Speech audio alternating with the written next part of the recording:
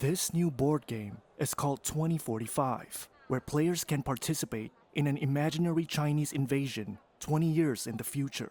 The board game simulates an armed conflict near Taiwan, and it's releasing at a time of renewed tensions with Beijing.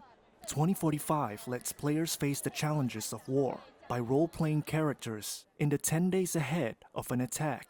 Gamers use colorful cards to take on the guises of Taiwan soldiers, Chinese spies, pro-China politicians, and citizens defending their home.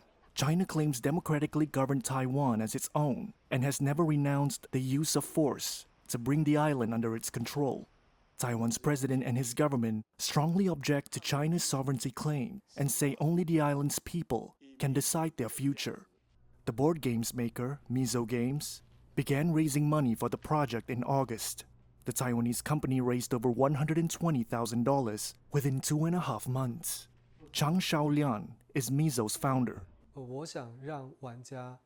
I want the players to feel that they want to win and to think about what they will do to win. In this game there are two types of victories, individual victory and the victory of Taiwan. The two outcomes pose a huge conflict of values for the players. I don't want players to play the game with just the mindset to learn, but I want them to play the game with the desire to participate in and win this war on the table.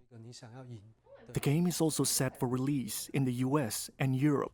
Players who tested the game told Reuters they learned more about the implications of real war.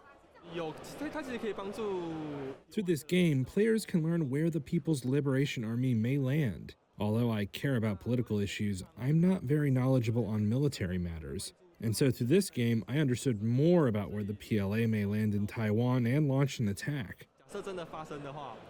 China has ramped up military activities close to Taiwan in recent years, including massing naval forces around the island this month.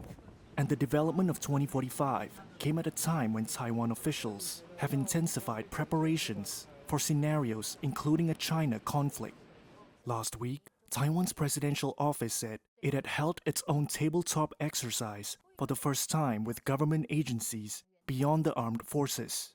Officials told Reuters the exercise simulated scenarios of the island on the brink of conflict to test the readiness of the government and civil society.